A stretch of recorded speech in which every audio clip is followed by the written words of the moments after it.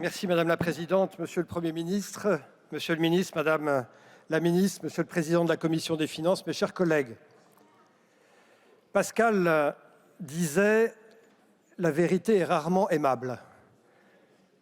Et il est vrai que la vérité sur la situation de notre pays n'est guère aimable. Nous cumulons le record d'Europe des taxes et impôts et le déficit le plus abyssal de l'Union européenne. La commission mixte paritaire a échoué à se mettre d'accord sur un texte susceptible de recueillir le consentement à la fois de l'Assemblée et du Sénat, et c'est pourquoi nous sommes réunis aujourd'hui. Le premier impératif, mes chers collègues, est simple. La France doit avoir un budget. Le fantasme de vivre sous l'empire de la loi spéciale pendant un an n'est ni possible, ni souhaitable. L'économie, c'est la confiance. Et jeter le doute sur notre capacité à adopter un budget, c'est saper la confiance et abîmer notre économie. Deuxième point, notre objectif collectif est simple. Un déficit sous les 5%, sinon adieu le retour aux 3% en 2029, étape indispensable pour notre désendettement. Le PLF prévoyait un déficit de 4,7% du PIB, puis sont venus successivement le PLFSS et le Sénat, qui ont chacun modifié la copie. Concernant le PLFSS, on parle de 8,7 milliards de dépenses en plus qui dégradent le solde, dont 6,6 milliards sont désormais à la charge du budget de l'État et que nous devons désormais ici assumer. Les concessions faites lors du PLFSS ont donc été très coûteuses. Et au total, ce qu'il faut retenir, c'est que nous dépassons désormais les 5,4%. Pourquoi faut-il impérativement maîtriser la dette ? Parce que les intérêts que la France doit verser à ses créanciers rognent après année ses marges de manœuvre. Une charge de la dette qui dépassera bientôt les 100 milliards viendra d'autant minorer le financement des services publics et notre capacité à correctement soigner, protéger, éduquer les Français. Et puis, nous n'aurons aucune marge de manœuvre le jour où surviendra une crise mondiale dont les causes, hélas, ne manquent pas. Une guerre, une crise de la dette privée, une bulle de l'intelligence artificielle, des tensions internationales, bref, une remontée des taux. Enfin, se désendetter, c'est retrouver l'exercice de la souveraineté. Dans une économie qui croît de 1% par an, il n'est pas durablement possible de consacrer plus de 3% du PIB au paiement de la charge de la dette publique. Les grandes nations se perdent moins par des catastrophes que par l'accumulation de négligences et de petits abandons successifs. Le budget n'est donc pas un exercice technique, c'est un acte de responsabilité historique. Claudel disait qu'avec le diable, on ne pouvait pas aller très loin, mais qu'on pouvait tomber très bas. Et bien avec le budget, c'est exactement la même chose. Sans budget, on ne peut pas aller très loin, mais on peut tomber très bas. Et Claudel ajoutait aussi, c'est intéressant, la plus grande malice du diable, c'est de faire croire qu'il n'existe pas. Eh bien, encore une fois, avec le budget, c'est pareil. Il y a certains qui font croire aux Français qu'il n'y a pas de problème. Et que nous disent-ils ? Eh bien, ils nous disent que la dette, ce n'est pas grave. On ne la remboursera pas. Ils nous disent le déficit, ce n'est pas grave non plus. Et puis, rassurez-vous, disent-ils, ajoutent-ils, pour financer tout cela, il y a toujours une solution miracle. Les riches, les ultra-riches, les ultra-ultra-riches, les entreprises, c'est pareil. Bref, une sorte de caisse automatique, on appuie et ça paye toujours. Les mêmes nous disent les bénéfices taxés à 100%, l'Europe, on ne paiera pas, la DGF des communes, des départements, on ne paiera pas non plus. Vous l'avez compris, la parole donnée, les engagements internationaux, le droit européen, les règles communes, tout ça c'est très optionnel. Mais vous croyez que j'exagère ? Mais pas du tout. Ces propositions ont été formulées à l'Assemblée nationale et on l'a vu lors de l'examen en nouvelle lecture en commission des finances, qui s'est soldé samedi par le rejet d'un texte du coup devenu insincère et par bien des aspects très déraisonnables. Je vois que leurs auteurs se reconnaissent et j'en suis absolument ravi. Et puis il y a ceux qui sautillent et qui hésitent.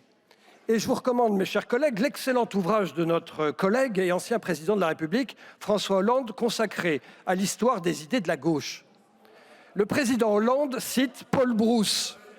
Paul Brousse, qui dit à ses camarades socialistes, pour les ramener au sens des responsabilités, la chose suivante, je cite Paul Brousse, « Descendez de vos hautes tours de l'utopie ». Eh bien, mes chers collègues, C'est exactement le message que je veux nous adresser mutuellement aujourd'hui, d'ailleurs pas seulement aux socialistes, à tout le monde. Descendons des hautes tours de nos utopies et ce message, il vaut pour tout le monde. Disons la vérité, mes chers collègues, fini les chansons pour endormir les petits-enfants. Si nous avons 3 200 milliards de dettes, 3 300 milliards de dettes, ce n'est pas parce que nous n'avons pas assez taxé, c'est parce que nous avons trop dépensé. Et pour placer le pays sur une trajectoire soutenable de réduction des déficits et de stabilisation de la dépense, il est indispensable de diminuer la dépense publique. L'objectif n'est évidemment pas de priver les citoyens du niveau de service légitimement attendu dans une économie avancée. Ce n'est pas ça le sujet. Mais comment ne pas se poser la question de l'efficacité de la dépense publique dans un pays où elle représente 57% du PIB contre 49,6% en moyenne dans la zone euro. Vit-on plus malheureux chez nos voisins que chez nous? Il faut, à l'évidence, mener une réflexion sur notre modèle qui s'essouffle depuis plusieurs décennies. Et cette question devra être au centre des débats qui précéderont la prochaine élection présidentielle. Mais pour le moment, l'urgence consiste à apprendre la frugalité, à éliminer toutes les dépenses qui ne sont pas strictement nécessaires, afin d'écarter l'épée de Damoclès de la dette publique. Je vous proposerai donc des mesures simples, immédiatement efficaces pour réduire la dépense. D'abord, une année blanche, l'article 36, plafonnement des ressources des opérateurs au niveau de 2025. C'est clair, c'est lisible, 1,2 milliard d'économies. Ensuite, un rabot de 2% en moyenne sur toutes les dépenses de l'État, en régalien, 6,2 milliards d'économies. Oui, un rabot. Alors je sais que certains diront, c'est pas très subtil ce que propose Juvin, là, mais ils auront raison. Mais l'expérience montre une chose, c'est ce qui fonctionne.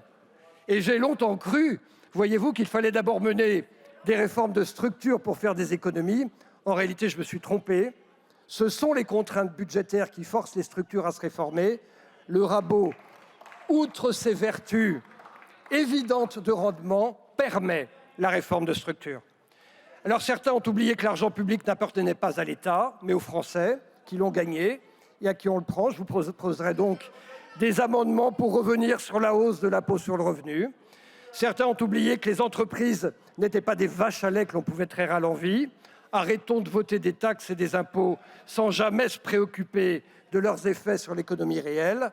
Quand on surtaxe une entreprise, mes chers collègues, elle répercute toujours ses coûts, toujours, soit sur le consommateur, soit sur ses salariés, soit tout simplement en partant. Eh bien, je vous proposerai des amendements pour limiter la pression fiscale sur les entreprises et pour abolir les velléités de taxer leur trésorerie, la taxe holding, article 3, ou de remettre en cause ce qui marche et nous garantit de garder un tissu d'entreprise familiale. Je pense à l'idée déraisonnable de remettre en cause, par un simple coup de stylo, le pacte Dutreil au détour d'un amendement, ou enfin de s'immiscer, quelle drôle d'idée, dans leur gouvernance. Le Portugal, mes chers amis, la Grèce, l'Italie sont arrivés. Ils ont réduit leurs dépenses. Ils ont débureaucratisé, libéré les collectivités territoriales, les acteurs économiques et sociaux. Ils ont lutté contre les fraudes. Ils ont adopté une règle d'or. Ils ont augmenté la productivité. Nous aussi, mes chers collègues, on peut y arriver. Dépenser moins, dépenser mieux, travailler plus, simplifier, décentraliser. Mes chers collègues, la France a des atouts immenses, immenses. Il lui suffirait de peu pour redevenir le très grand pays qu'elle n'a en fait jamais cessé d'être. Mais une chose est sûre, les bonnes intentions ne suffisent pas. La France n'a plus besoin de bonnes intentions, elle a besoin d'actes. Et pour contrôler un budget, j'ose dire que c'est très simple. Soit vous augmentez les impôts, soit vous baissez les dépenses. Alors il faudra agir probablement sur les deux. Mais ne nous trompons pas, Monsieur Mattei. Les vraies marges de manœuvre, ils sont du côté de la dépense. Il nous faut donc un cap, une feuille de route et une stratégie. Le cap, le désendettement. La feuille de route, la baisse des dépenses. La stratégie, eh bien, il vous appartient de la fixer, Monsieur le Premier ministre. Et si demain, Monsieur le Premier ministre, vous deviez utiliser tous les moyens que vous offre la Constitution pour la mettre en œuvre, cette stratégie, soyez-en certains, vous nous trouveriez très nombreux à vos côtés. Je vous remercie. Merci.